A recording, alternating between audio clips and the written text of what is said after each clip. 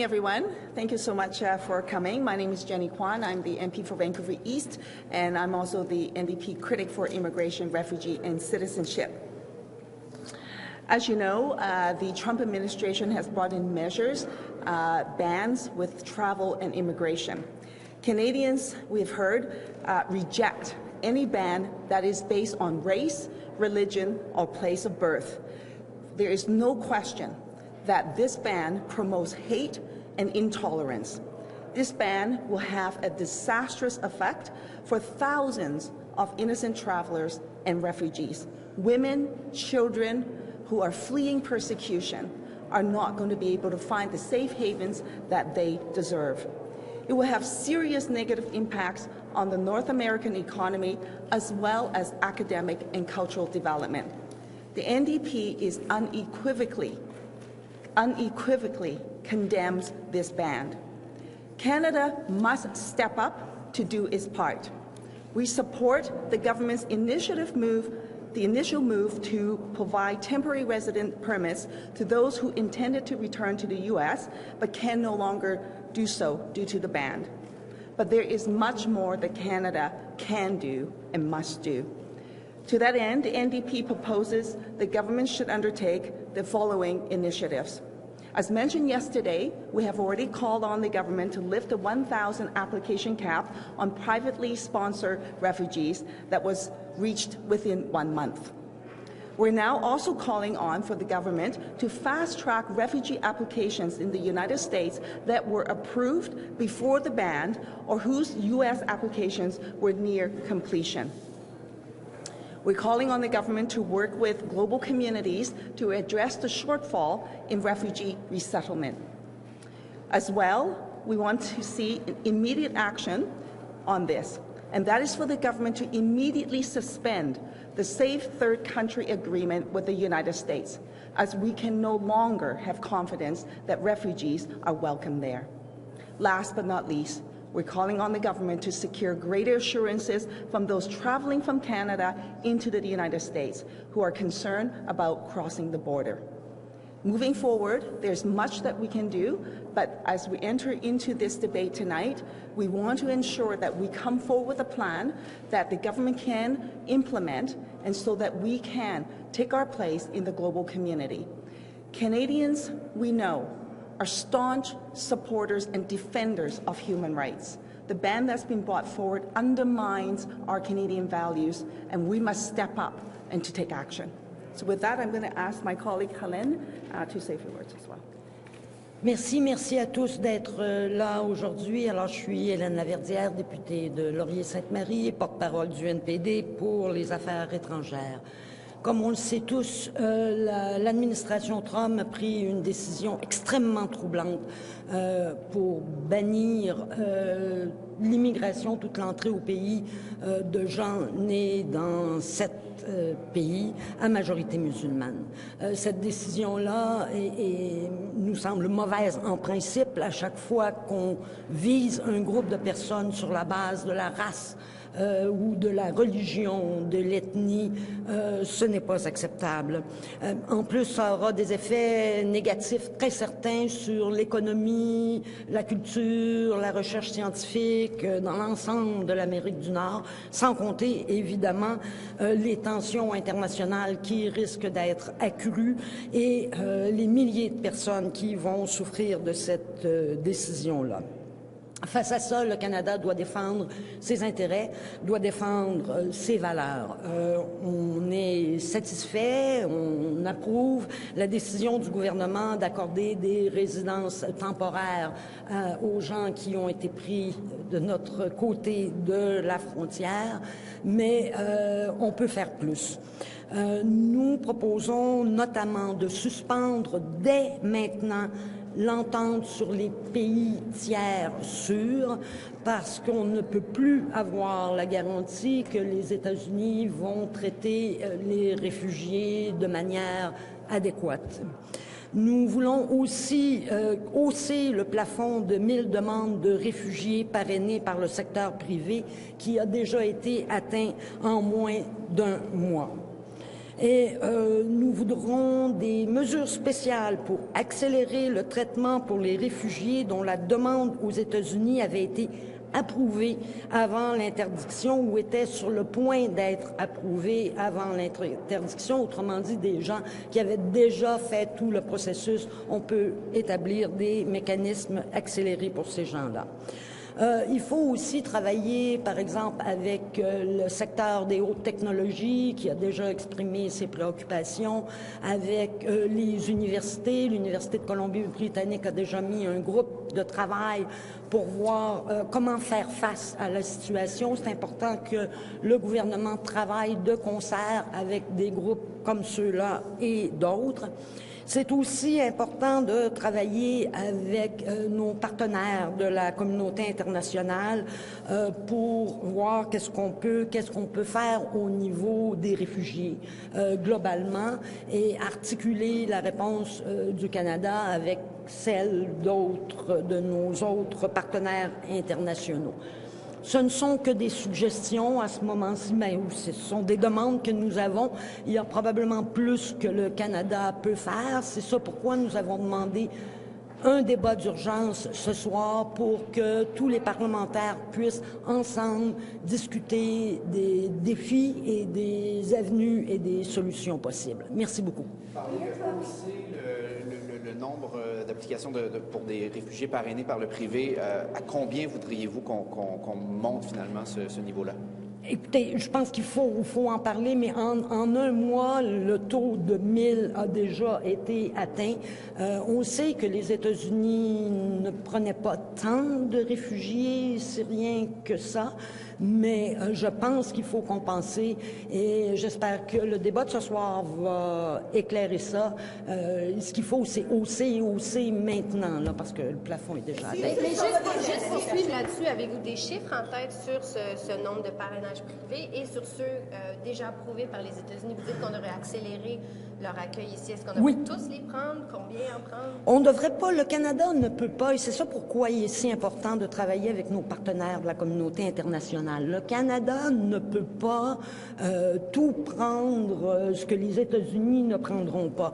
Et c'est pour ça pourquoi mon dernier point, c'est ça pourquoi il est difficile à ce stade de donner un chiffre précis. Il faut travailler avec nos partenaires. Il faut voir qui peut prendre combien de réfugiés. J'ai eu l'occasion hier de discuter avec des représentants d'autres missions ici à Ottawa. Je pense qu'il y avait une entente générale que, et à un moment donné, il y a le nombre et il y a le geste aussi. Il y a le geste de dire on va se retrousser les manches et on va faire quelque chose pour ces gens qui maintenant ne pourront plus aller aux États-Unis. Et il faut aussi effectivement accélérer le processus, notamment pour les gens dont les demandes aux États-Unis étaient déjà complètes ou pratiquement complètes, presque complètes. Might have been not willing to yesterday to condemn this action in the House, as to your question, but this would seem to be something that you guys and the Liberals would have a lot in common on. Have you had any discussions with the government about your proposals? And I'm thinking particularly the Safe Third Country proposal. Have you had any discussions about whether this would be a good thing or not? Do you want to answer? Well, I think that's what the debate's going to be all about, the emergency debate today. And so we're advancing the proposal in terms of an action plan that needs to go forward. We know that the ban that has been brought forward by the Trump administration is absolutely shocking to Canadians. I never imagined in my entire life that I would witness a democratic country, much less our closest ally and our neighbor next door, that would come forward with a ban that is based on race, religion, and your place of birth. So to that end, we need to step up, and the Prime Minister had said over the weekend through a tweet, and I quote him, "To those fleeing persecution, terror and war, Canadians will welcome you, regardless of your faith. Diversity is our strength."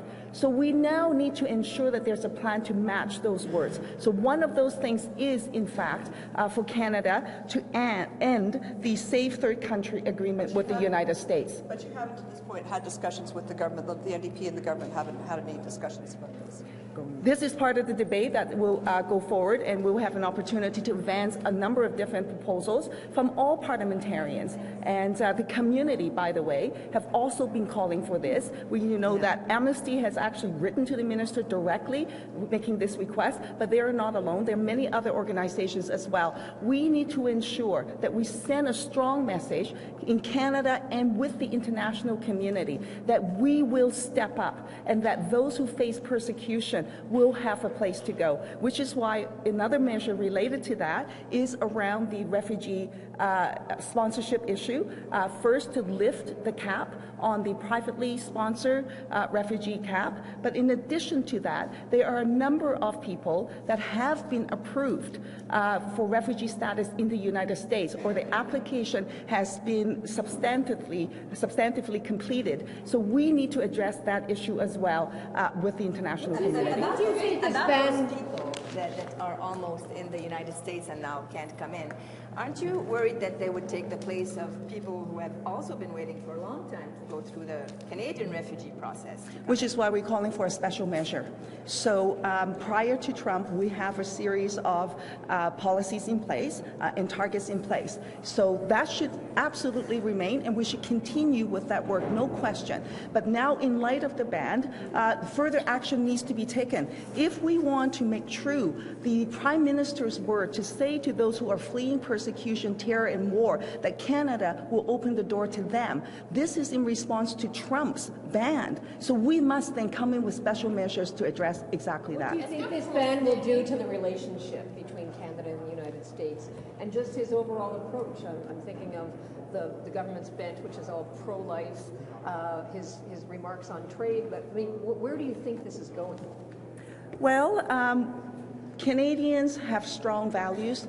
Our foundation is built on the belief of democracy, compassion, and humanitarianism. So that's who we are.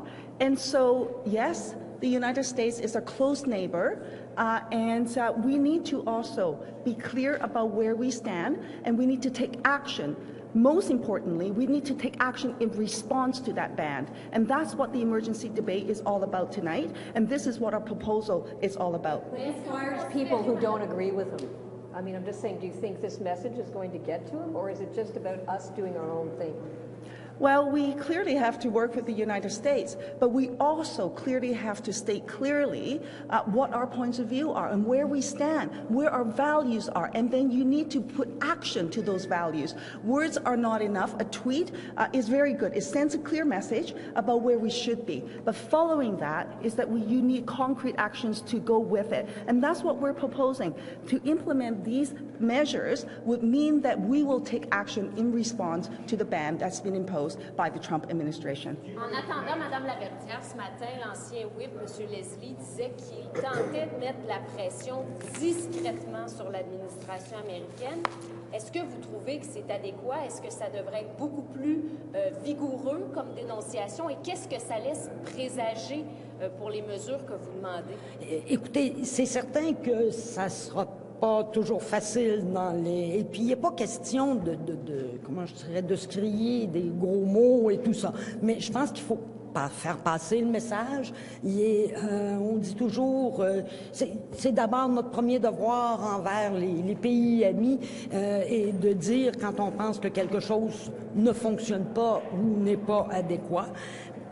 En ce qui a trait à ce qu'on propose ce soir dans le débat, c'est des actions que le Canada peut prendre de lui-même. Il s'agit de se retrousser les manches, de faire notre part et de gérer ça, mais c'est important aussi de travailler en concertation avec nos autres partenaires.